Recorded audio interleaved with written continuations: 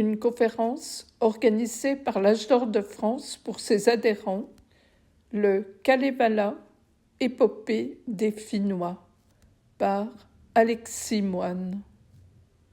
Bonjour à toutes et à tous. Alexis, pouvez-vous nous dire comment s'inscrit dans votre cursus universitaire la recherche que vous conduisez actuellement à l'université d'Helsinki? Donc, je suis actuellement en thèse à l'université de Helsinki en Finlande et mon parcours a commencé en France, d'abord en lettres classiques et je me suis intéressé à la mythologie antique d'abord et en étudiant les mythes antiques et en particulier les figures de poètes mythiques comme Orphée et Tamiris. J'ai eu envie voilà, de travailler sur le pouvoir de la parole et la magie de manière plus générale. Et je suis à moitié finlandais également. Et j'ai lu le Kalevala jour pour mes études de mythologie. Et j'ai décidé voilà, de me plonger dedans. Donc j'ai fait un master ensuite de finnois à l'INALCO pour travailler sur la question des incantations en particulier. Et donc c'est là-dessus que je travaille en ce moment depuis voilà, 4-5 ans à Helsinki. Sur les incantations donc, finno-caréliennes. Et c'est le genre de texte qui est au fondement du Kalevala. Voilà, donc en quelques mots, mon parcours. Merci. Et si vous souhaitez, je peux continuer avec du coup, le contenu de la conférence, donc vous avez d'autres questions. Donc j'ai voilà, une présentation que j'espère que vous voyez toutes et tous. Je me suis dit que c'était plus simple puisqu'il y avait pas mal de noms finlandais et de dates et de choses comme ça qui sont peut-être plus faciles à voir quand elles sont écrites. Donc voilà, mon idée c'est aujourd'hui de vous donner quelques clés pour comprendre le Kalevala. Et pour ça, donc, parler de la poésie orale finno-carélienne, donc je vous expliquerai là, ce que j'entends par finno-carélien. Et donc, plus que de parler vraiment des contes, enfin des récits du Kalevala, c'est voilà, vraiment de contextualiser, comprendre comment on peut le lire et ce qu'on peut en faire. Hmm.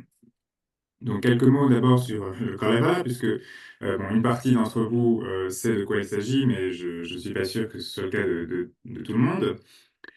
Donc c'est une épopée qui a été composée par Elias Lönnrot et donc qui a été publiée en plusieurs, enfin, donc plusieurs versions ont été publiées. Et la plus importante est celle qui a été publiée en 1849 et qui est accessible en français par deux traductions, celle de Jean-Louis Perret de 1931 et celle de Gabriel Rebourset de 1991. Donc c'est une épopée qui est bon, qui voilà, raconte des récits mythiques comme la plupart des épopées, comme l'Iliade, l'Odyssée, l'Énéide et autres épopées classiques, mais elle est un peu particulière puisqu'elle a été composée au XIXe siècle et donc il s'agit vraiment d'une œuvre littéraire qui bon, se fonde sur de la poésie populaire, mais qui n'est pas vraiment de la poésie populaire telle qu'on l'entend. Donc, de quoi s'agit-il plus précisément? Donc, la version de 1849, je vous ai dit, c'était la plus importante. Donc, il s'agit de plus de 22 000 vers qui sont répartis en 50 chants au total. Et donc, le premier chant raconte la création du monde et la naissance du barde Wainamoinen, qui est un des personnages principaux, si ce n'est le personnage vraiment central du Kalevala. Et donc, bon, la version de la création du monde, c'est une jeune femme qui est allongée dans la mer et son genou sort de l'eau, un oiseau se pose dessus, pond quelques œufs, puis s'envole. Et un jour, cette déesse de la mer bouge son genou et les œufs tombent et des coquilles d'œufs brisés donc se construit le monde. Les chants suivants racontent ensuite les aventures de plusieurs héros, donc le barde de Wainamoinen dont j'ai déjà parlé, mais aussi le forgeron, Ilmarinen, et les jeunes héros Lemminkainen et Kullervo. Et tout en fait se construit sur un conflit entre deux pays, le pays de Kalevala, donc celui de Väinämöinen, Ilmarinen et les autres, et celui de Pohjola, qui est le territoire de Louhi, donc c'est une sorcière, c'est une femme qui, voilà, qui est présentée souvent comme mauvaise, et en fait, souvent autour de ce conflit, c'est la question du mariage. Donc les jeunes héros du Kalevala vont chercher des épouses dans le pays de Pohjola. Mais bon, il y a aussi des conflits financiers, enfin matériels derrière. Et le dernier chant, donc le chant 50, reprend un petit peu l'arrivée du christianisme en Finlande, puisqu'on a donc ce personnage de Marjatta, qui est l'équivalent de Marie, qui donne naissance à un garçon après avoir mangé dans la forêt une érelle, et donc elle tombe enceinte en étant vierge. Et ce jeune garçon prendra la place de Väinämöinen, et donc c'est un peu l'idée voilà, que le christianisme prend la place du paganisme, d'une certaine manière. Bon, quelques éléments, enfin quelques voilà, personnages et récits qui sont intéressants, mais il y en a vraiment beaucoup, et donc voilà, je pense que c'est plus intéressant sans doute pour vous d'aller regarder le texte en traduction plutôt que de m'écouter raconter les épisodes. Mais j'en ai voilà, sorti quelques-uns puisque ils me paraissent intéressants pour comprendre la suite de mon exposé. Donc un premier épisode, c'est donc la rencontre entre Väinämöinen, le vieux barde, et Aino, une jeune femme. Donc c'est à la suite d'un concours de chant, enfin d'un combat de chant plutôt, entre le vieux Väinämöinen et le jeune Joukarainen. Comme Väinämöinen voilà, est très, très vieux, très sage, il connaît l'origine du monde, il est plus fort que le jeune héros et il enchante du coup ce jeune héros et l'enferme enfin, il l'enferme dans un marais. Et pour se sauver de là, le jeune héros lui propose sa sœur, Aino, comme fiancée. Donc évidemment, le vieux barde est très content d'avoir une jeune femme. Sauf que celle-ci refuse et elle préfère voilà, se noyer ou se transformer en poisson pour échapper euh, au, euh, au vieux barde. Un deuxième épisode qui est important dans le Kalevala, c'est le cycle de Kullervo, qui est considéré comme l'élément le plus tragique du Kalevala, de l'épopée. Donc c'est juste les grandes lignes, hein. C'est un jeune garçon qui a perdu sa famille parce que son frère, son père et son oncle étaient rivaux et il y a une guerre sanglante dans laquelle son oncle a tué toute sa famille. Et il se retrouve esclave donc chez son oncle, puis il est vendu au forgeron Ilmarinen et il lui arrive plein de malheurs. Euh, et notamment donc voilà, enfin, il se fait maltraiter par ses maîtres quand il est esclave. Et ensuite, il décide de se venger. Donc, il tue tout le monde. Puis, il retrouve en fait sa famille qui n'était pas morte. Mais en chemin, euh, il rencontre sa sœur sans savoir que qu'il s'agit de sa sœur. Et donc, ils ont des relations sexuelles, mais ils se rendent compte ensuite qu'ils sont frères et sœurs. Donc, sa sœur se suicide. Puis voilà, il se venge de son oncle, tue tout le monde à nouveau et se suicide après, ayant compris que voilà, tout ce sang innocent coulé ne sert à rien. Et donc c'est un personnage qui a beaucoup marqué les esprits, qui est une invention de Lönnrot à partir de différentes versions. Et je pense que ce qui est le plus essentiel aussi dans le Kalevala, c'est la lutte pour le sampo. Le sampo qui est une espèce de moulin, une corde d'abondance. On ne sait pas exactement ce que c'est, mais c'est quelque chose qui a été fabriqué pour Louhi dans le pays de Pohjola. et que Väinämöinen essaye de récupérer. Et donc là, sur le tableau, on voit donc le vieux bar de Väinämöinen qui s'oppose à Lauri transformé en aigle avec ses dizaines de soldats qu'elle a apportés avec elle. Et donc, à la suite de cette bataille, le Sampo est détruit, il coule dans l'eau, et les différents morceaux du Sampo sont propagés par la mer jusqu'au rivage, ce qui fait euh, que ça permet au pays de Kalevala et donc à la Finlande de prospérer et d'être fertile par la suite. Donc voilà, c'est quelques éléments sur lesquels je reviendrai, mais donc, comme je vous l'ai dit, ce qui m'intéresse, c'est de vous donner des éléments contextuels pour comprendre vraiment de quoi il s'agit. Donc je commencerai aujourd'hui par vous parler du contexte historique, social et politique pour vous donner un petit peu voilà, les clés pour comprendre un peu à quel moment ça a été composé, cette épopée. Puis ensuite, je m'attarderai surtout sur la poésie orale pour voir un petit peu de quel genre de poésie existait et voilà, que vous entendiez un petit peu à quoi ça ressemble et que, comme ça, si vous allez voir le Kalevala, vous compreniez un petit peu ce qu'il y a derrière. Puis on réfléchira un petit peu sur la question du passage justement de ces chants oraux à l'épopée écrite. Et enfin, en quelques mots, voilà, je passerai à la réception, à la postérité du Kalevala et donc comment on peut le lire aujourd'hui. Donc, pour commencer, pourquoi le Kalevala? Pourquoi est-ce que cette épopée a été écrite en 1849, enfin, déjà en 1835? Dans quel contexte elle est née? Bon, j'imagine que voilà, peu d'entre vous êtes spécialistes de l'histoire de la Finlande, donc je me suis dit que c'était important de vous donner quelques repères chronologiques. Donc la Finlande est aujourd'hui un État indépendant, mais pendant longtemps, elle a fait partie des pays avoisinants, donc pendant très longtemps de la Suède, du Royaume de Suède, et à la suite de la guerre de Finlande en 1809. Le territoire qui compose aujourd'hui la Finlande est cédé à l'Empire de Russie, euh, donc après la défaite de la Suède. On a ensuite un bon siècle, donc de 1809 à 1917, qu'on a une période qu'on appelle de l'autonomie. Donc la Finlande devient un grand-duché de l'Empire de Russie.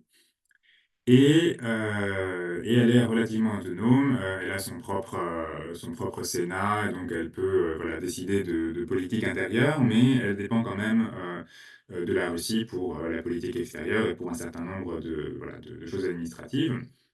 Et donc en 1917, au moment de la Révolution russe, la Finlande accède également à son indépendance, bon, ce qui conduira à une guerre civile assez sanglante, mais c'est pas le propos de conférence aujourd'hui. Donc voilà, c'est un pays qui a été, bon, qui n'existait pas au XIXe siècle en tant que tel, qui faisait partie de la Finlande, de la Suède, pardon, puis de la Russie. Et l'intelligentsia, l'élite culturelle du pays, donc avait ce besoin de se définir à nouveau.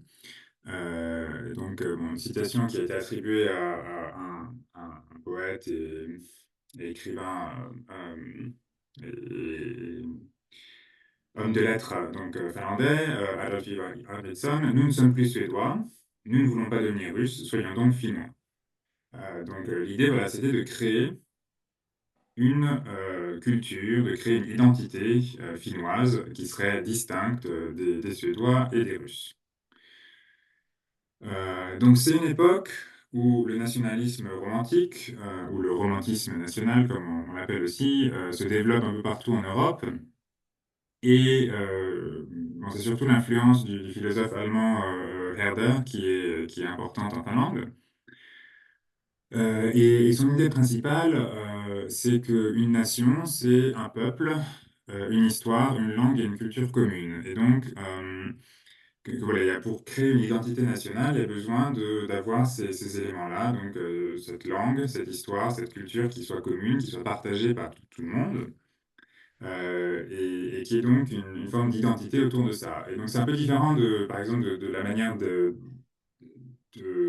conceptualiser la nation en France, où c'est plus la Révolution française et les questions voilà, de politique et de souveraineté nationale qui sont importantes. Là c'est vraiment plus la culture et la langue qui sont au fondement de tout cela. Et donc on a en Finlande le romantisme de Turku, qui est donc la capitale pendant un certain temps, avant que ce soit Helsinki, euh, et voilà, où l'université a été fondée. Donc les intellectuels de la ville commencent à réfléchir à différentes manières de créer cette nation finlandaise. Donc la ville est incendiée en 1827, puisque la plupart des maisons sont en bois, donc les incendies se propagent très rapidement, et les activités de l'université sont ensuite transférées à Helsinki jusqu'à aujourd'hui. Et donc l'université de Helsinki aujourd'hui est en fait l'université de Turku au départ. Euh, donc pourquoi c'est si compliqué que ça de construire une nation finlandaise? Donc vous voyez sur la carte pas mal de couleurs différentes. C'est que bon, il n'existe pas de langue finnoise standardisée à l'époque, mais tout un tas de dialectes et même de langues différentes qui existent. Donc le finnois est la langue la plus parlée sur le territoire de la Finlande. Donc c'est tout ce que vous voyez en bleu sur la carte.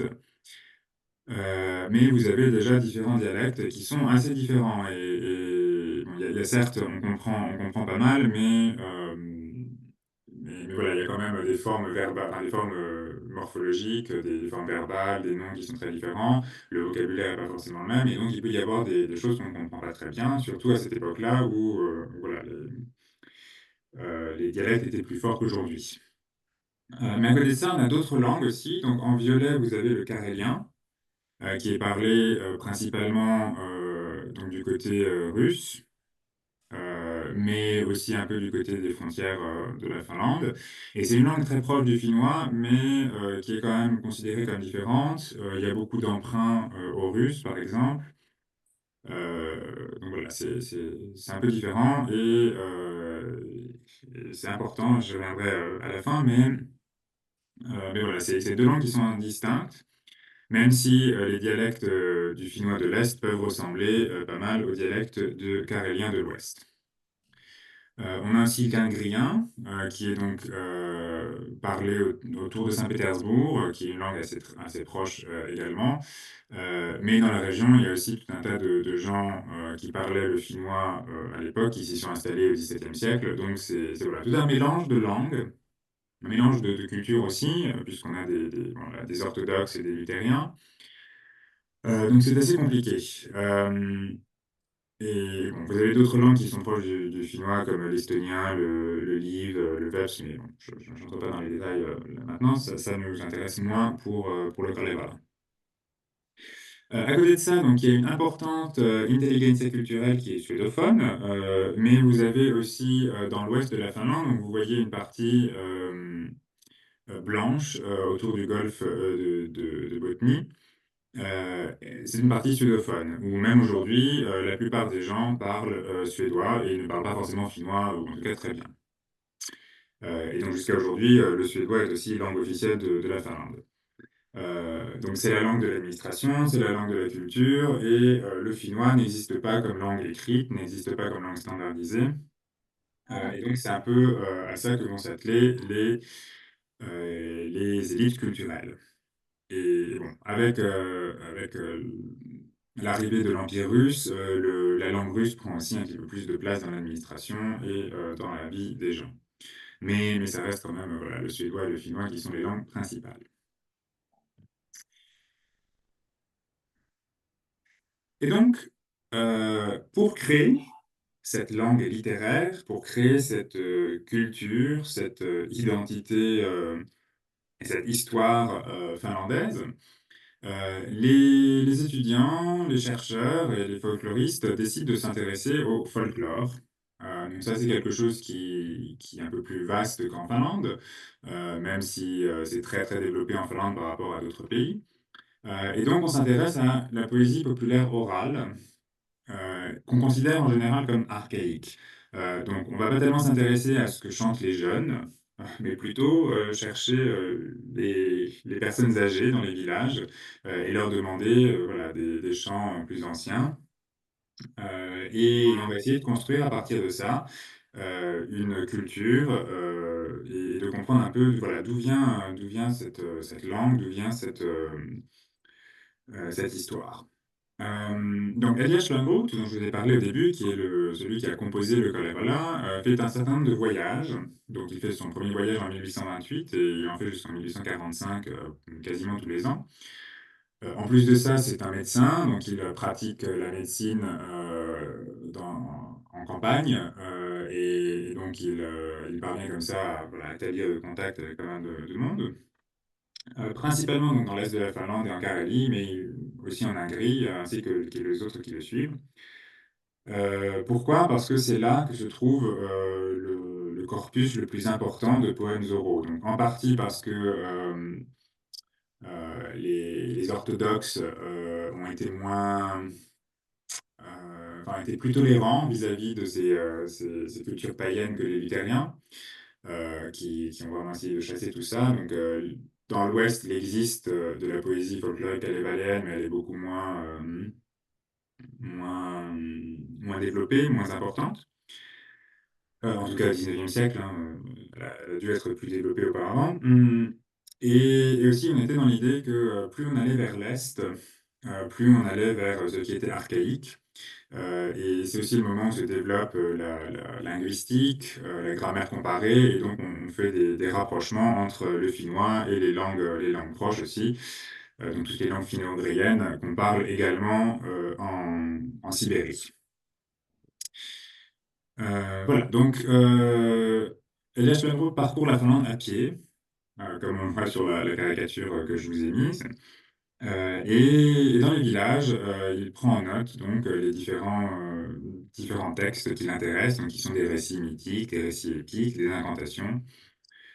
Et à partir de ces notes, il va créer une épopée. Voilà, donc il est peut-être temps que je vous parle un petit peu de ce que c'est que cette poésie orale, en quoi elle consiste et donc voilà, comment elle a été chantée, dans quel contexte et à quoi, quelle était sa fonction dans la culture de l'époque.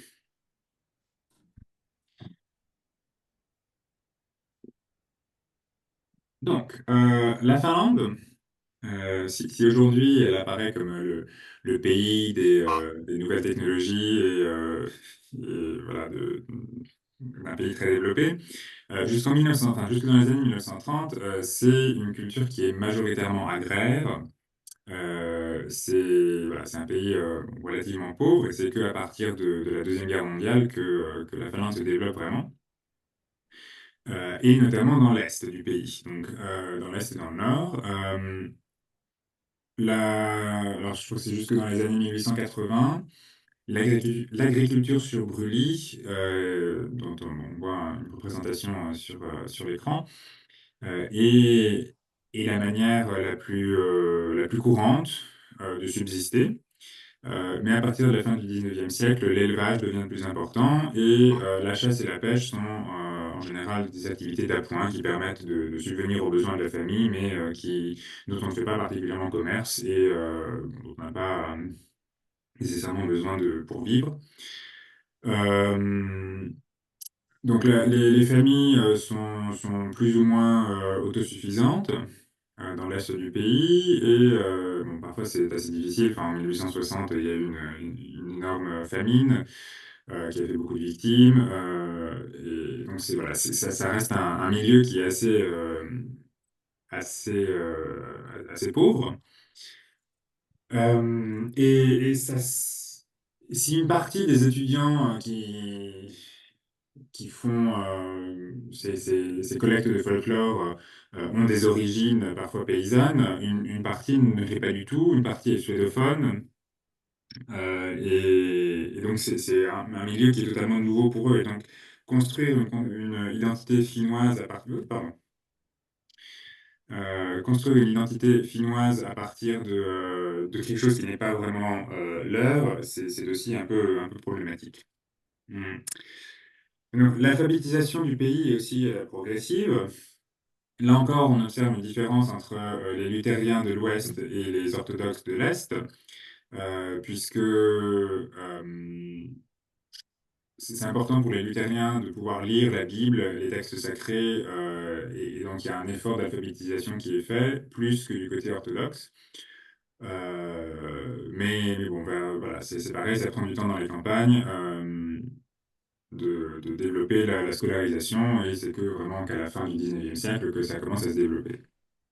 Donc les gens voilà, ne savent pas forcément lire, ou il y en a peu en tout cas dans les villages qui savent lire. La médecine moderne se diffuse également extrêmement lentement, donc c'est dû en partie aussi aux conditions géographiques qui font que les distances sont très longues, et donc c'est difficile d'aller d'un endroit à l'autre. Euh, et que les gens font pas forcément confiance à la médecine moderne, qui coûte cher. Enfin, ça coûte cher d'avoir un médecin dans le village, et donc les villageois n'ont pas nécessairement envie de payer plus voilà, pour avoir un médecin dont ils ne sont pas sûrs des pratiques ou de l'efficacité des pratiques. Voilà, donc comme je vous ai dit, on est entre les luthériens de l'Ouest, influencés par la Suède, et les orthodoxes de l'Est, influencés plus par la Russie, qui ont des manières un peu différentes de, de se rapporter à la poésie populaire. Donc, ce qui intéresse en particulier les chercheurs, les collecteurs de folklore, ce sont ce qu'on appelle les grands chanteurs, ceux qui connaissent un maximum de poèmes, et donc voilà, ils vont traverser la Finlande à la recherche de ces gens qui ont une grande connaissance, qui sont un petit peu effacés après, puisqu'on a l'impression que la poésie orale, c'est une poésie qui est la voix d'un peuple qui s'exprime un peu de manière anonyme, donc c'est un peu contradictoire peut-être avec justement cette recherche des grands chanteurs, qui ont quand même aussi euh, des capacités artistiques qui leur sont propres, des manières d'improviser qui leur sont propres, et donc même si une bonne partie de la poésie orale, elle est commune, elle est partagée, la manière de chanter de chacun et chacune est importante. Donc, bon, je vous ai mis trois exemples, mais il y en a d'autres, hein, des poètes importants qui viennent de différentes régions. Donc, Harry Papertonen est peut-être un de ceux qu'aujourd'hui on monte le plus, qui était un chanteur voilà, de Carélie de la Mer Blanche, donc qui n'est pas euh, sur le territoire de la Finlande actuelle, mais en Russie.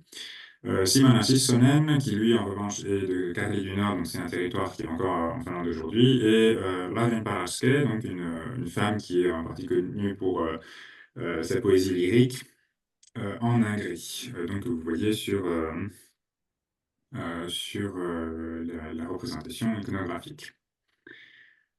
Donc ces grands chanteurs, ils avaient voilà, des centaines et des centaines de vers qu'ils pouvaient chanter, et c'était vraiment ceux-là que les collecteurs cherchaient, même si voilà, c'était encore une fois des chants qui étaient partagés aussi par tout un chacun, et donc beaucoup de gens connaissaient quand même des bouts, et donc on a ainsi collecté aussi voilà, des extraits, des fragments de différentes personnes.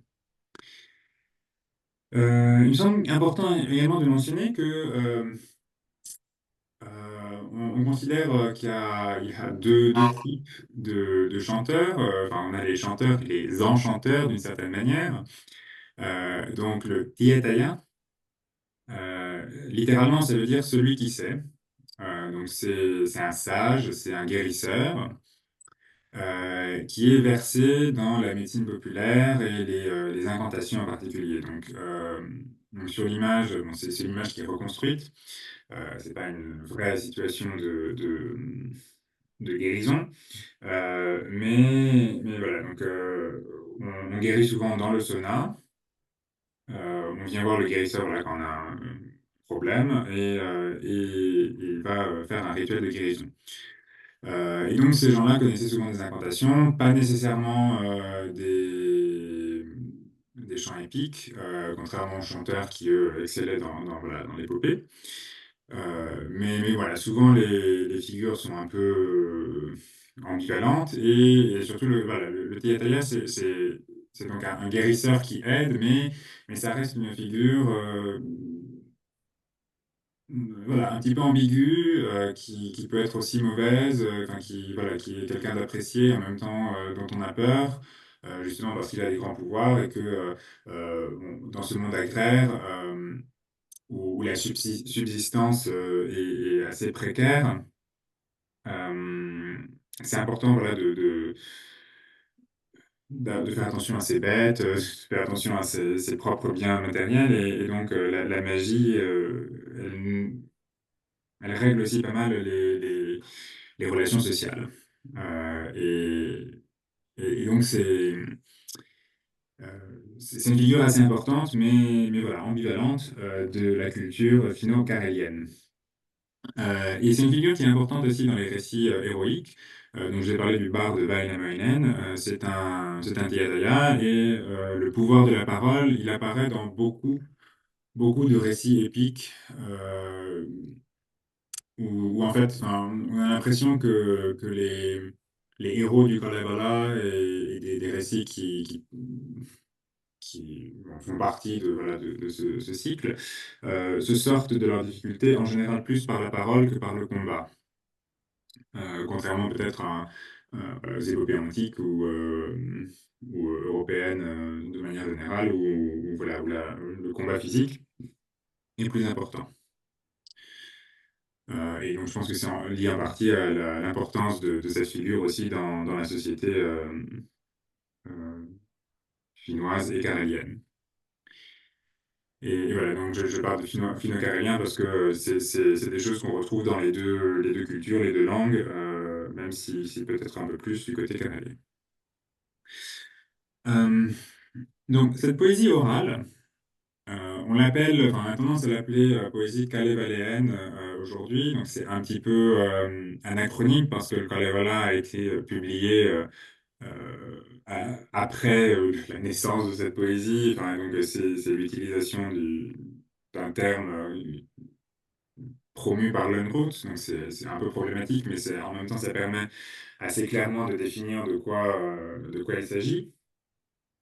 Donc il y a trois genres principaux, mais ce ne sont pas les seuls, et je vais venir un peu plus en détail et vous montrer quelques exemples de textes dans un instant. Donc le genre épique, le genre lyrique et les incantations. Et de manière générale, ce qu'il faut savoir, c'est que, bon, j'imagine que voilà, vous êtes conteur et conteuse, vous savez ce que c'est que de performer devant un public. Je pense que vous avez une connaissance de cette improvisation et de cette échange qu'on a constamment avec le public. Je ne vais pas m'appuyer là-dessus trop longuement, mais voilà, il s'agit pas de chants appris par cœur, mais d'improvisation à chaque fois par les chanteurs, à partir de différents motifs, de différentes formules qu'ils connaissent et qu'ils ajustent les unes aux autres selon le contexte, selon ce qu'ils veulent dire. Euh, donc un peu comme voilà, pour la poésie homérique et d'autres types d'épopées à travers le monde, voilà, des formules que chaque poète utilise à son gré. Et donc il y a quand même besoin d'une grande connaissance de ces formules, d'une grande connaissance de la métrique, du rythme habituel pour pouvoir aussi créer parfois ses propres formules. Donc quelques mots sur la langue du Kalevala. Et bon, voilà, je vais pas entrer trop dans la technique parce que c'est pas quelque chose que je maîtrise moi-même.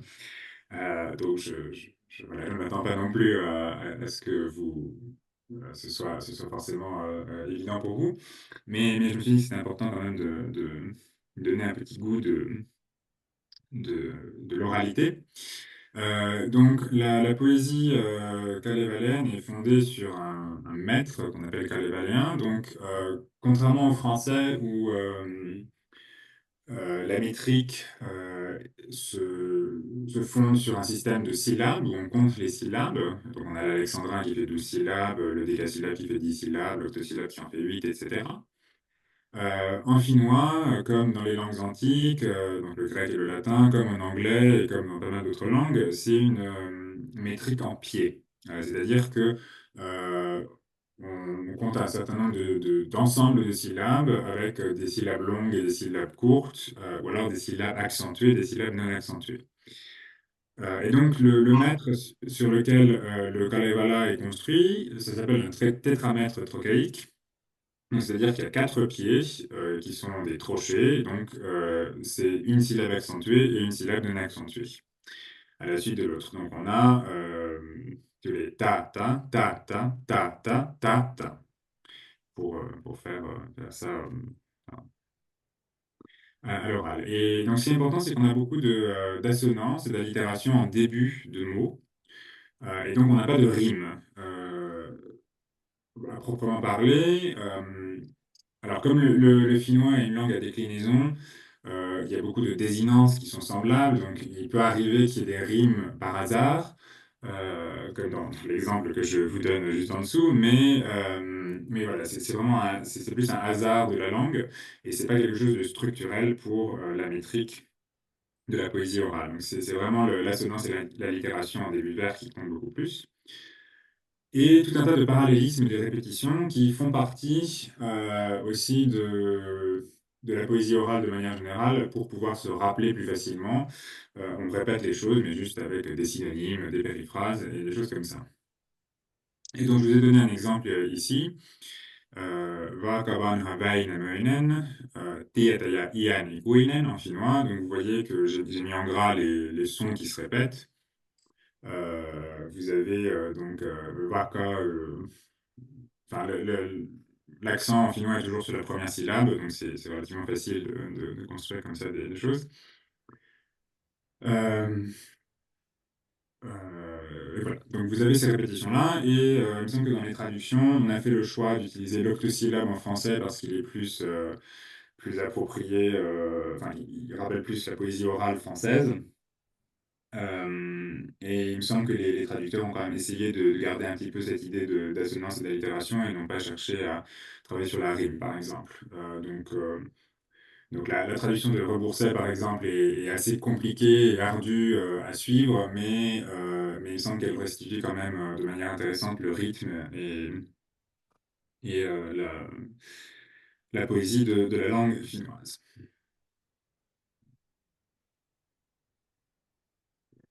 Donc, je vais passer un petit peu sur les différents genres de la poésie, avec quelques exemples. Donc la poésie épique ou narrative au départ, donc c'est la poésie à la troisième personne principalement, même si on peut y avoir des dialogues aussi, qui raconte souvent des événements du passé, d'un passé mythique, d'un passé héroïque, et donc différents récits voilà, différents mythes, différents héros qui apparaissent. Donc, on a certains cycles qui reviennent. Donc, le cycle du sambo, dont je vous ai parlé tout à l'heure, avec des éléments différents. Donc, on a la construction du sambo, on a l'expédition de Väinämöinen et de ses amis pour récupérer le sambo. Puis, on a la bataille pour le sambo et la destruction du sambo. Donc, voilà, différents éléments qui font partie d'un même cycle, qui ne sont pas forcément chantés en même temps. Parfois ils le sont, mais parfois non. Et ces chants voilà, peuvent faire plusieurs centaines de vers à chaque fois.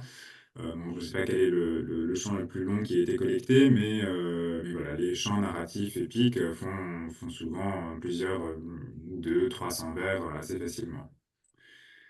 Le cycle de Lemminkäinen également, donc c'est un jeune héros qui est fougueux, voilà, qui a plein de conquêtes militaires, mais aussi de conquêtes amoureuses.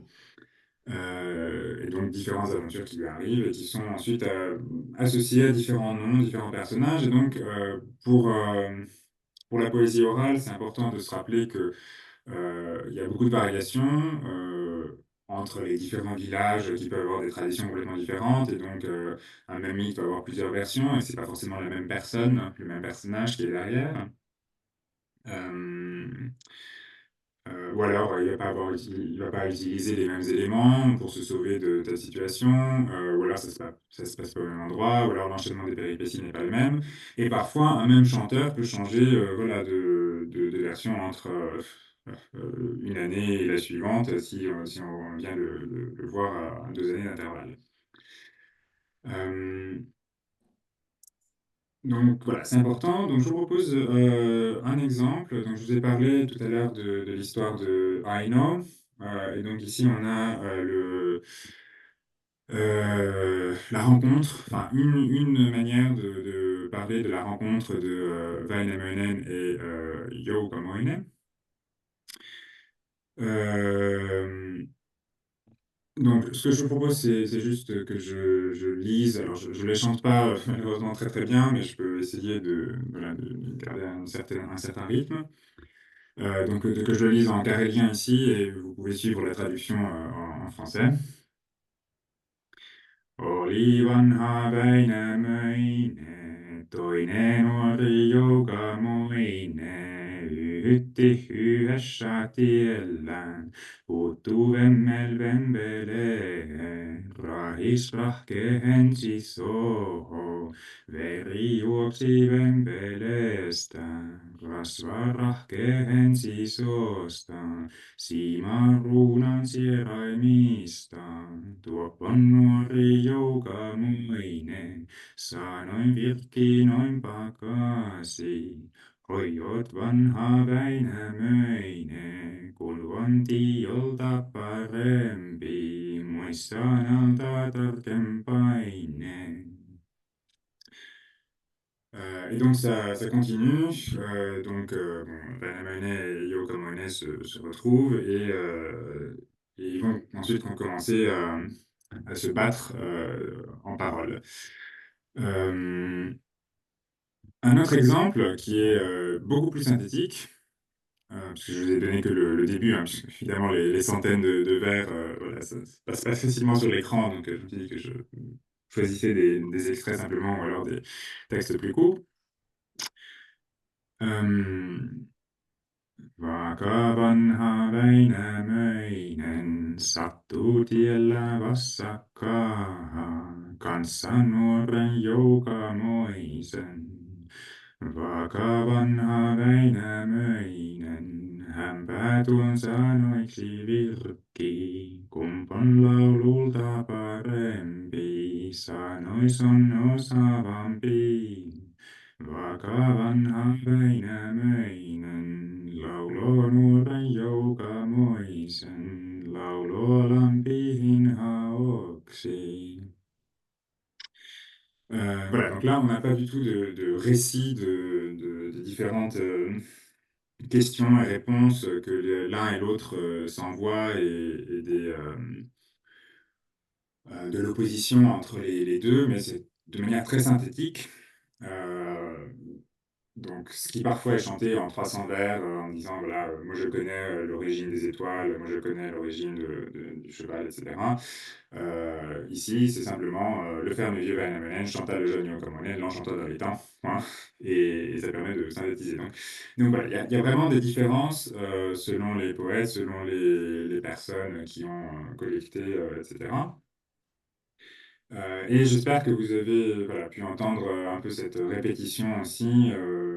Donc, vous voyez qu'on répète le même vers, le ferme vieux Väinämöinen, Bakavan Väinämöinen, et que ça fait partie de la manière de construire l'épopée orale, c'est d'avoir des répétitions. Donc là, on a des dialogues aussi, hein, qui sont toujours introduits aussi par des formules qui permettent aux chanteurs de reprendre ses esprits et de dire voilà ce que je veux dire.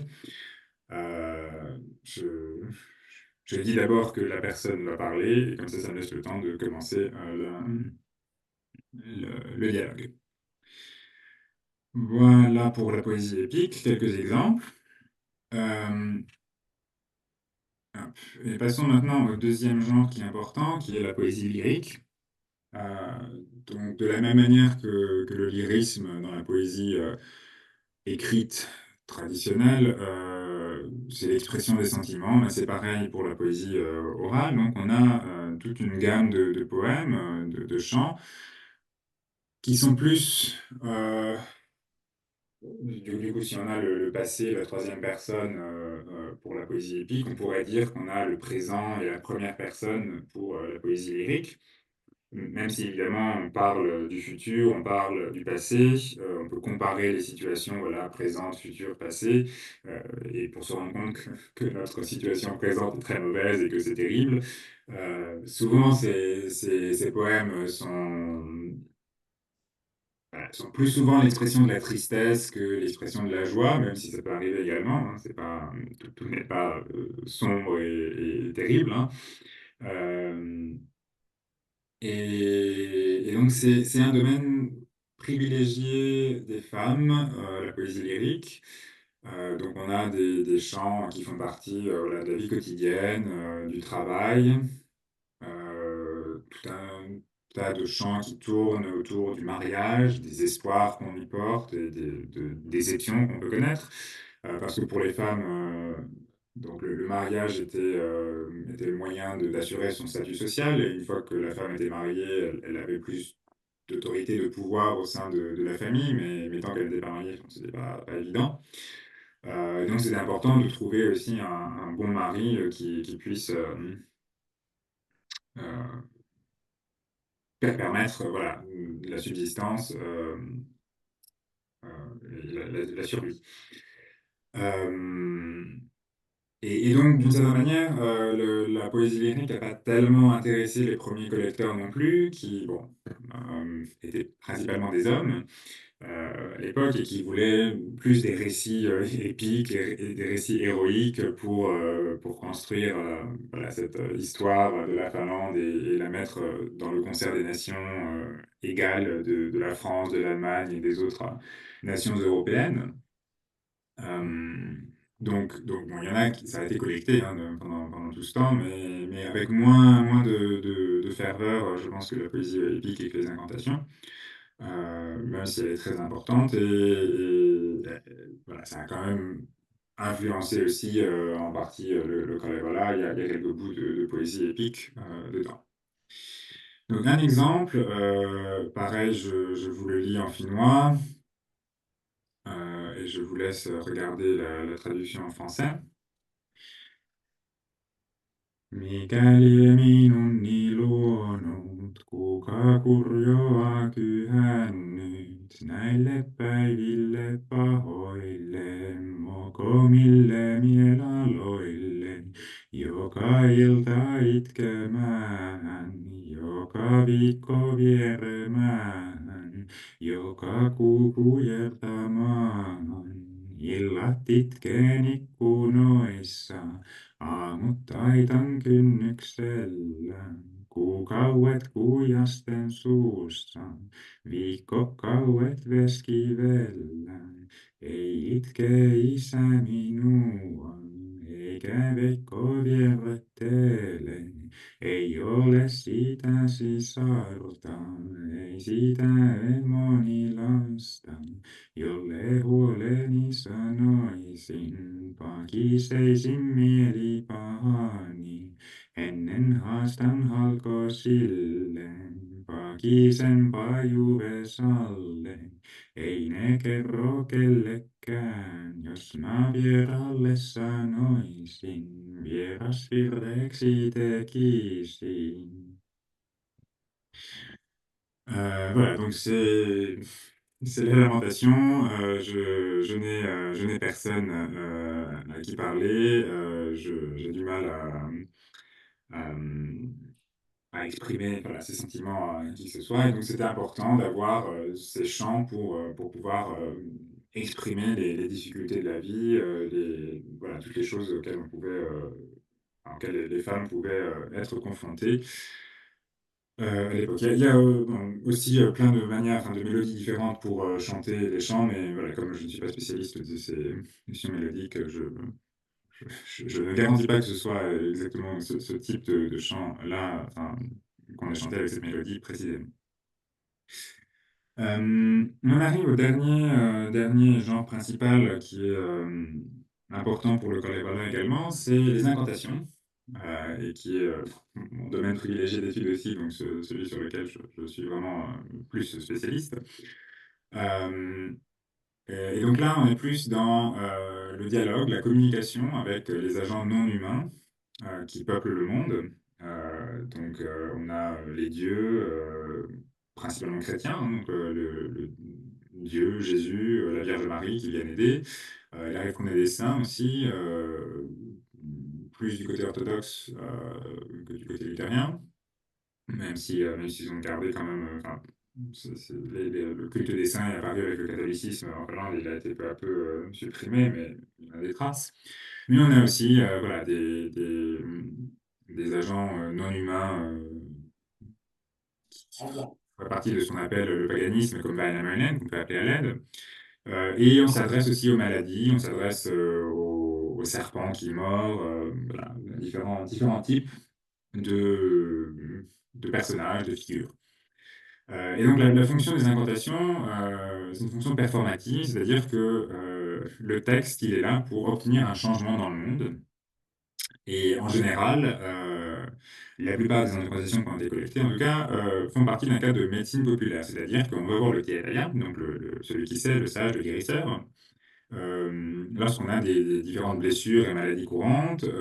Les femmes qui accouchent peuvent aussi aller le voir. Et donc là, il va y avoir des incantations, donc, par exemple pour guérir les morsures de serpents, pour guérir les brûlures. L'agriculture sur brûlis étant très importante, voilà, les brûlures sont importantes.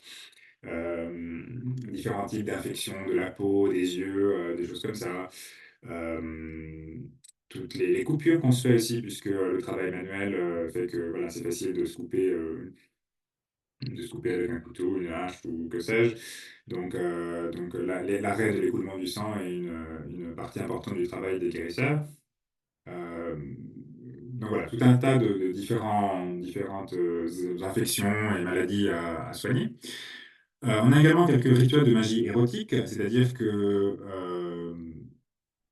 bon, souvent, c'est plus une femme qui n'a pas de mari et qui donc cherche à trouver un mari et qui peut aller voir un tiers pour relever son pouvoir d'attraction. Même si on trouve aussi quelques exemples de rituels pour faire tomber amoureux voilà, un homme ou une femme selon. Euh, voilà, on fait boire du vin dans lequel on a mélangé un peu de son sang, incanté d'abord, et bon, voilà, tout un tas de rituels différents. Mais on a aussi des incantations qui sont là pour protéger le bétail ou alors pour garantir qu'on revienne de la chasse ou de la pêche avec un beau butin. Et donc ça, c'est des incantations qui étaient plus du savoir courant, quotidien, et donc pas nécessairement celui du Tiataya, mais voilà, plus du savoir partagé. Puisque voilà, si le chasseur dit son incantation à la chasse, il n'a pas besoin d'apporter enfin, d'amener avec lui un guérisseur en plus. Donc ici, un exemple euh, d'incantation thérapeutique. Donc bon, les incantations n'étaient pas nécessairement chantées, elles pouvaient être marmonnées euh, de différentes manières. Et donc on a ici un exemple de préparation d'onguents, de pommade, donc pour soigner un mal. Alors je ne sais plus si c'était précisé de quel mal il s'agissait. Et donc quand on prépare l'onguent, on chante ces vers pour préparer voilà, le début de l'incantation, quel que soit le mal, donc du moment qu'on a besoin de préparer une pommade. Donc je vous la lis en finnois, pareil. Mehiläinen ilmanlintu, ota nyt vastat siiveksesi, lapioiden purstoksesi, mene lennä löyhyttele 9 meren ylite, meripuolen 10. Ja tulla tuhutteloo, käyvä käärmöittelöö, 6 kuppia otassa, 7 selän takana, kussa on vettä, kussa mettä, kussa voidetta hyvää, vian päälle vietävää pantavoo parmaille. Koita Jeesus kielelläsi suullasi suloven jo luoja, onko näissä voiteissa vian päälle vietävää pantavoo parmaille. Et donc ici on a l'appel à Mehiläinen, donc qui est l'abeille, un des personnages adjuvants les plus importants des incantations, avec la Vierge Marie et Jésus. qui va chercher de l'autre côté du monde, donc de l'autre côté de la mer, des onguents qu'ensuite Jésus-Christ va autoriser à utiliser sur le patient. Et donc c'est pareil, il y a certaines interventions qui sont très longues. Il faut faire le diagnostic du patient, savoir quelle est l'origine du mal, pour savoir comment le soigner le mieux. Mais bon, ce qui est intéressant, c'est qu'il y a toujours un syncrétisme dans ces incantations. On a des éléments très différents qui sont mêlés, mais le christianisme est très important là-dedans. Hum, euh, mais si la poésie calébaléenne est celle qui intéressait le plus les collecteurs de folklore du XIXe siècle, c'est loin d'être la seule chantée à l'époque. Et donc, il y a d'autres genres de poésie orale qui existent, et il y a aussi des récits, des légendes qui sont racontées, qui ont été collectées hein, également. Mais donc, quelques éléments qui ne font pas partie du Kalevala, mais qui sont quand même importants dans la vie quotidienne des gens. Donc, à la fin du 19e siècle, le Vekilaulu, c'est une poésie nouvelle qui est rimée, qui est plus courte, et qui accompagne souvent les danses, et qui s'inspire pas mal des traditions de couplets rimés européens. Elle est beaucoup plus populaire et c'est la chanson des jeunes de l'époque, mais donc ça n'intéresse pas particulièrement les chercheurs qui ne pouvaient pas l'utiliser pour construire l'identité finnoise, dans la mesure où c'était une tradition européenne. Et donc voilà, je pense que c'est intéressant aussi d'éventuellement réfléchir à ce que pourrait être l'équivalent aujourd'hui. Et que les chercheurs, par exemple, ne regardent pas trop, alors que c'est important pour une partie de la jeunesse, comme le rap, par exemple. Et il y a la rime qui est importante aussi dans le rap, donc il peut y avoir des choses voilà, euh, équivalentes. Les chants pour enfants, donc les différentes berceuses, comptines, jeux, et eux, ils ont tendance à être très conservateur, et il y a par exemple des gens enfin beaucoup de berceuses du 19e siècle que ma mère me chantait par exemple quand j'étais jeune, enfin, quand j'étais enfant. Donc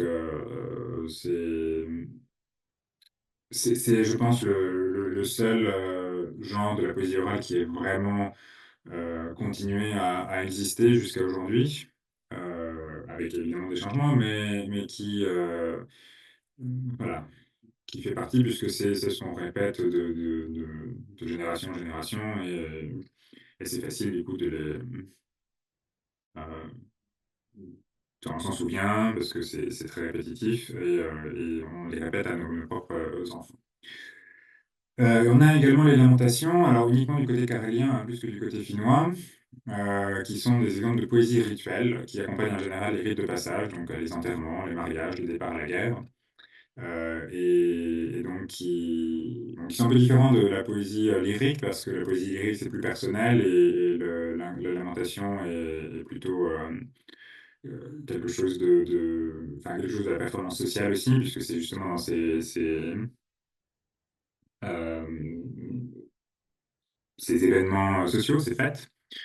Enfin, le départ à la guerre n'est peut-être pas une fête si importante que ça, mais donc c'est une série de passages où en général on déplore la perte de quelqu'un, puisque bon, quand on enterre quelqu'un, voilà, on a perdu la personne qui est décédée. Et quand quelqu'un se marie, en général, c'est donc les parents qui vont regretter que leur fille s'en aille chez son mari, et le départ à la guerre, bon, ben, c'est assez évident que la personne part. Donc, je vous ai mis un exemple donc, de l'Ariane Paraskeva dont je vous ai parlé tout à l'heure.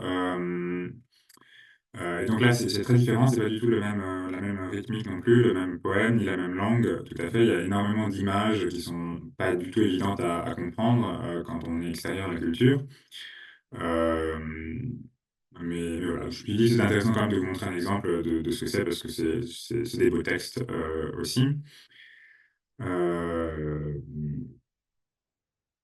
donc, je peux vous le lire encore une fois en finnois. Miksi sie jättelit minun ilmonen isolinnassain? Miksi sie heittelit tikitietämättömille tierapasille? Miksi sie jättelit tulkit turvattomaksi, ani armottomaksi? Miksi sie jättelit tietämättömille tierapasille? Kukas se nyt ohjailloo oikaisille ohjasvartosille? Kovakorvaiset ne ovat kylmäkiskoiset, vikivierahaiset, ilmoiset, isolinnaset. Kohan mie katson vakahainen vaalittuinen, niitä ihlaisii ilman ristittyisiin. Iltasilla ikimyöhäisinä tulloot vikivierahaisii isolinnaset. Kelles mie nyt tuultelen tulen palavaiset tuskoseen, kelles mie haastelen ne hikihaavaisein. Tukehtuu miun tulen palavaiset tuskoseen, halkeaa miu hikihaavaisen haastamatta, kui ei ole ilmoista isolinnasta. Kelles mie tuuluttelen tulen palavaisiaan tukassiaan, kelles mie haastelen hikihalavaistain, kui ei ole ilmoista isolinnasta. Et donc en général, ces chants sont accompagnés de pleurs très, très importants et la pleureuse, la chanteuse voilà, pleure si bien qu'on a parfois du mal à comprendre aussi ce dont il s'agit verbalement. Mais voilà, dans cette situation devant mon ordinateur, c'est plus difficile d'être vraiment complètement dedans. Mais voilà, donc c'est encore la difficulté de perdre quelqu'un, de ne plus avoir cette relation comme on avait auparavant. Voilà, donc quelques exemples de poésie orale assez différents, mais qui faisaient partie de la culture finno-carélienne au XIXe siècle.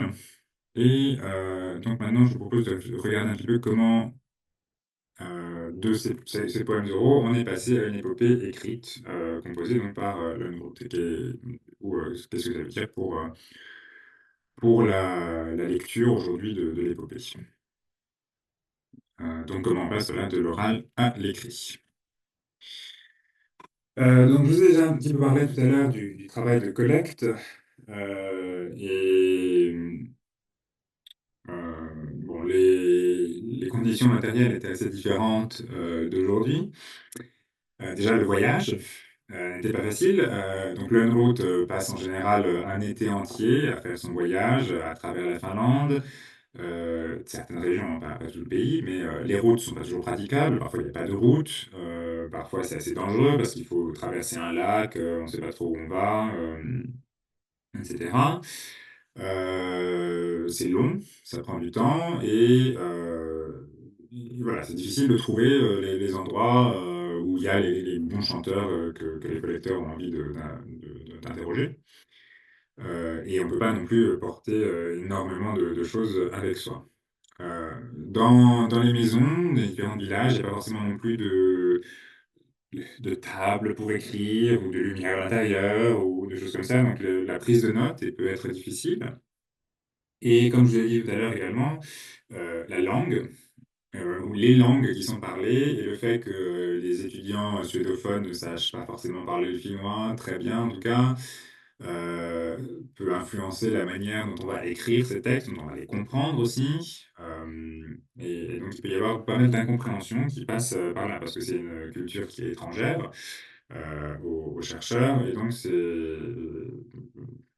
voilà, c'est assez différent.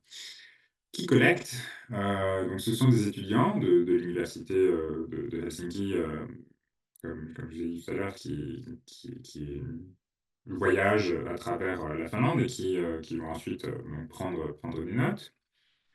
Différents folkloristes, hein, qui sont plus forcément étudiants après, mais qui ont commencé en tout cas en tant qu'étudiants, aux linguistes aussi, enfin autres chercheurs. Mais on a aussi tout un développement d'un réseau de collecteurs locaux, une fois que les collectes s'institutionnalisent, où voilà, des gens sur place vont envoyer à la Société de littérature finnoise ce qu'ils savent des récits et des poèmes de leur village. Et donc, ce qui est important, c'est aussi de comprendre que les collectes se font dans le dialogue avec les informateurs. Donc, les informateurs donnent ce qu'ils ont envie de donner. Parfois, ils n'ont pas envie de donner. Ils n'ont pas envie de réciter des chants parce qu'ils doivent travailler et que ça leur fait perdre une journée de travail de s'asseoir face à ce monsieur de Helsinki qui vient leur poser des questions sur les chants qui ne les intéressent pas particulièrement. Et donc, en général, ils se font payer pour la journée de travail perdue par les collecteurs. Mais dans le cas des incantations, par exemple, l'informateur n'a pas forcément envie de donner trop d'informations parce que l'incantation, elle peut receler un certain pouvoir et que donner du coup l'incantation au collecteur lui permettrait d'avoir du pouvoir qu'on n'a pas forcément envie de partager avec n'importe qui. Donc voilà, il y a plein de choses comme ça qu'il faut prendre en compte quand on lit ces textes aujourd'hui. Euh, donc, à partir des centaines de poèmes que Lönnrot a collectés, il compose le Kalevala. Et donc, son idée à lui, c'est de composer une épopée avec un récit cohérent, qui soit sur voilà, le modèle des épopées européennes. Donc, il s'inspire de l'Iliade, il s'inspire de l'Odyssée. Je crois qu'il a connaissance également des chants d'Ossian de Macpherson en Écosse qui ont été très critiqués aussi, parce que c'était une forgerie littéraire et pas du tout un vrai poème oral. Donc, il essaie de faire attention quand même à garder la trace de ses poèmes oraux. Donc, ce qu'il fait, c'est que il unifie les différentes variantes sous un même personnage. Donc, le personnage de Kullervo, par exemple, dont je vous ai parlé, ce héros tragique du Kalevala, il n'existe pas en tant que tel dans la poésie orale. C'est plutôt une invention de Lönnrot, qui s'inspire aussi des tragédies antiques, des tragédies classiques, pour créer un personnage à partir donc, d'éléments qui existent, hein. Il n'invente pas tout non plus, mais simplement l'association de ces différents éléments fait que voilà, on a un nouveau personnage qui existe. De même, Lemminkäinen ou les autres personnages, bon, il peut y avoir différentes histoires qui sont racontées à propos de différents personnages qui sont associés sous un même nom. Bon, il s'occupe aussi d'uniformiser la langue. Donc, comme je l'ai dit, il y a différents dialectes en Finlande et en Carélie, même une langue différente. Et donc, en plus de proposer un récit cohérent, il propose une langue à peu près homogène. Et donc, en faisant ça, il transforme finalement l'oralité du poème en quelque chose d'autre. Bon, il écrit aussi quelques vers lui-même. Je crois qu'il y a 3% des vers du Kalevala qui sont de sa propre plume et qui n'existent pas dans le corpus de poésie orale. Mais, euh, mais voilà, de manière générale, c'est quand même vraiment fondé sur le corpus qu'il a collecté et que les autres avec lui ont collecté. Les idéologies politiques et morales de l'époque influencent aussi sa manière de concevoir l'épopée et de la construire, de la composer. Parce que, par exemple, donc, je vous ai parlé au début de la structure du Kalevala, quand on va de la création du monde à l'arrivée du christianisme, pour faire simple. Euh, et, et je vous ai parlé du syncrétisme qu'il y a dans les incantations, où on a beaucoup de Jésus-Christ, de Dieu, de Vierge Marie qui disparaissent voilà, du Kalevala. Autrement, donc, il y a une forme d'uniformisation, de vouloir montrer un passé héroïque, païen, en Finlande, et donc on efface tout ce qui pourrait être non finnois, donc chrétien, dans une partie de l'œuvre. En même temps, toutes les idéologies morales sur ce que c'est que euh, le rôle d'une femme, par exemple, sont relativement importants et que Lönnrot, en bon luthérien, il voit par exemple la mère comme un- enfin, la figure de la bonne mère comme quelque chose d'extrêmement important. Et on a le personnage, par exemple, de Lemminkäinen qui meurt et qui est ressuscité par sa mère. Euh, donc la mère de Lemminkäinen apparaît comme voilà, quelqu'un de plein d'abnégation et qui est en rapport avec les visions de la famille et du rôle de la femme, de la bourgeoisie, disons, luthérienne de la Finlande. Et donc, c'est pas uniquement une présentation de la vie dans les villages de Finlande et de Carélie du 19e siècle, mais c'est une interprétation faite avec cette perspective, disons, bourgeoise. Mais c'est un travail qui a pris presque de sa vie. Donc, je vous ai dit qu'il y avait deux versions principales. En fait, on peut considérer qu'il y en a même cinq au total du Kalevala. Mais donc, la première version de 1835, elle fait 12 000 vers et 32 chants. Et la version de 49, 10 000 vers de plus et 18 chants de plus. Donc, il y a beaucoup, voilà, c'est un travail de longue haleine. Et puis, dans les années 1960, il fait une version abrégée aussi pour les écoles. Donc c'est quelque chose qui est important, qui développe aussi l'université et la recherche de manière générale. Enfin, beaucoup de gens s'intéressent ensuite à la poésie orale grâce à la publication du Kalevala. Et je vous ai parlé de la poésie lyrique qui est moins importante pour le Kalevala. Lönnrot publie aussi La Candeletaar en 1840. Donc malheureusement, l'œuvre en entier n'est pas traduite en français, mais il y a quelques extraits qui ont été traduits par Jean-Luc Moreau, qui sont disponibles en français. Euh, et donc, voilà, je vous ai parlé, enfin, vraiment parlé de la Société de littérature finnoise. Donc, elle est fondée en 1831, avant la publication de la première version du Kalevala. Elle permet d'aider financièrement les collectes. Donc, elle va financer le voyage des différents étudiants. Comme ça, ils peuvent payer leurs informateurs et leur subvenir à leurs besoins pendant la durée du voyage. Mais elle va s'occuper aussi d'archiver les carnets de terrain des différents collecteurs, de les publier ensuite, ces poèmes. Et donc, on a 34 volumes de poèmes, donc ça fait plusieurs centaines de milliers de poèmes qui sont aujourd'hui aussi disponibles en ligne. Et, euh, et la Société de littérature finnoise aime à dire que c'est une des archives de folklore les plus importantes du monde. Et bon, je pense que c'est difficile de vraiment savoir exactement quelle est la plus grande, mais en tout cas, c'est certain que c'est une des... enfin, vu le nombre de matériaux qu'il y a, donc de poésie orale, de récits, etc., et que c'est un travail qui continue encore aujourd'hui de collecte du folklore et de, de traditions diverses et variées. Alors évidemment, elles ont beaucoup changé aujourd'hui, mais elles sont quand même présentes.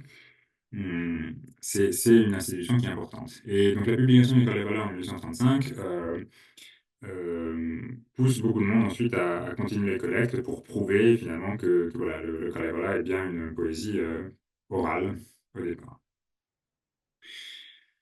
Voilà, et pour terminer, quelques mots sur le Kalevala après sa parution et jusqu'à aujourd'hui.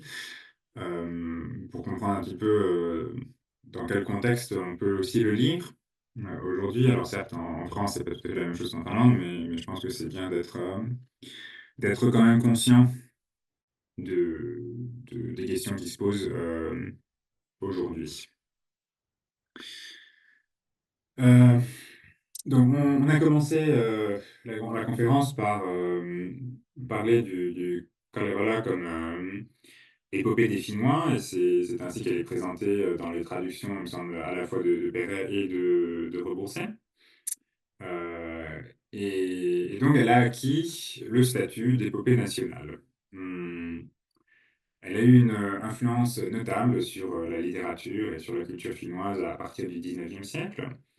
Euh, donc, bon, je vous ai mis l'exemple du carélianisme dont Axel Karlela, dont j'ai présenté déjà plusieurs tableaux au cours de la conférence, euh, et un des représentants. Donc c'est un mouvement artistique qui passe beaucoup de temps en Carélie, qui considère la Carélie comme voilà, le berceau, l'origine peut-être du peuple finnois, et où l'expression en fait vraiment de la finitude de ce que c'est que d'être finnois se trouve en Carélie et donc voilà, les peintres s'inspirent des paysages caréliens pour construire une image de la Finlande à la fin du 19e siècle, au début du 20e siècle. euh, en s'inspirant notamment du Kalevala, en représentant des scènes du Kalevala, et en l'utilisant, voilà, mais dans les beaux-arts. On le trouve aussi dans la musique, et dans la littérature, et je pense que le Kalevala est en quelque sorte la première œuvre écrite vraiment en finnois, qui permet du coup de montrer que le finnois existe aussi comme langue littéraire et pas seulement comme langue parlée par les paysans. Et après, euh, à partir de la moitié du 19e siècle, on commence aussi à écrire des romans, des pièces de théâtre, et une partie notamment du théâtre de la deuxième moitié du 19e siècle s'inspire des personnages du Kalevala, notamment du personnage tragique de Kullervo. Le Kalevala est également enseigné dans les écoles, donc, puisque Lönnrot a fait cette version abrégée pour les écoles, et donc c'est un moyen qui a permis de construire l'identité nationale de la Finlande depuis le 19e siècle. Et encore aujourd'hui, bon, personne ne lit vraiment le Kalevala, mais il est quand même enseigné dans les écoles, peut-être de manière un petit peu pas tout à fait en accord avec la recherche contemporaine, mais bon, c'est souvent ce qui arrive. La recherche a du mal à arriver à l'école. Et on a par exemple aussi le 28 février qui est le jour du Kalevala et de la culture finnoise, euh, donc voilà, qui institutionnalise vraiment le Kalevala comme représentant de la culture finnoise d'une certaine manière. Mais c'est pas tout à fait si simple que ça. Je vais y venir tout de suite. Le Kalevala donc, continue à inspirer encore aujourd'hui hein, la culture populaire, jusqu'aux États-Unis avec Donald Duck, et Picsou qui vient chercher le sambo en Finlande, les jeux vidéo, voilà, les albums pour enfants qui existent. Euh, mais aussi la littérature, le théâtre, on continue à voilà, à représenter des pièces de spectacle qui s'inspirent du Kalevala. Donc c'est vraiment quelque chose qui fait partie de la culture finnoise. On peut difficilement le, le- le- le sortir de cela. Mais il y a quand même des voix critiques qui s'élèvent par rapport au Kalevala et à l'utilisation qui en est faite, puisqu'on l'associe beaucoup pas mal au nationalisme finlandais, ce qui est tout à fait juste d'une certaine manière, puisque c'est bien le nationalisme qui a été au fondement de la composition du Kalevala au XIXe siècle, même si le nationalisme du XIXe siècle n'est pas le même que le nationalisme du XXIe siècle. Mais, mais voilà, on a différents types de réflexions sur ce qu'on doit faire du Kalevala aujourd'hui. Est-ce qu'on peut le garder tel quel? Quel problème ça pose? Donc le majeur problème qui est posé, c'est dans un monde post-colonial, disons, où on réfléchit à la décolonisation et aux questions de rapport de pouvoir dans le nationalisme.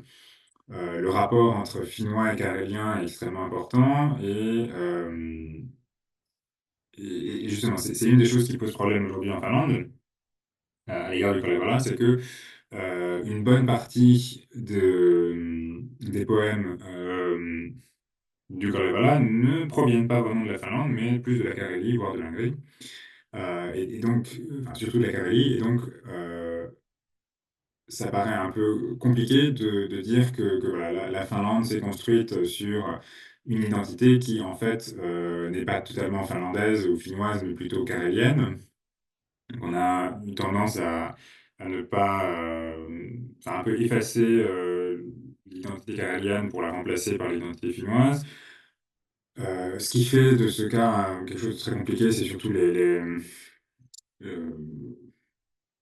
l'époque juste après la Deuxième Guerre mondiale où une partie de la Carélie a été annexée par la Russie et donc il y a eu énormément de mouvements de population de la Carélie vers la Finlande.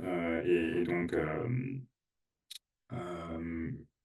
un vrai effacement de la culture carélienne à ce moment-là, où les gens n'osaient plus parler leur langue, n'osaient plus pratiquer leur religion, parce qu'ils étaient en Finlande et qu'aujourd'hui, voilà, un certain nombre de jeunes Caréliens qui sont descendants de ces évacués, réfugiés de guerre de, d'après les années 40, qui militent pour une reconnaissance du carélien comme langue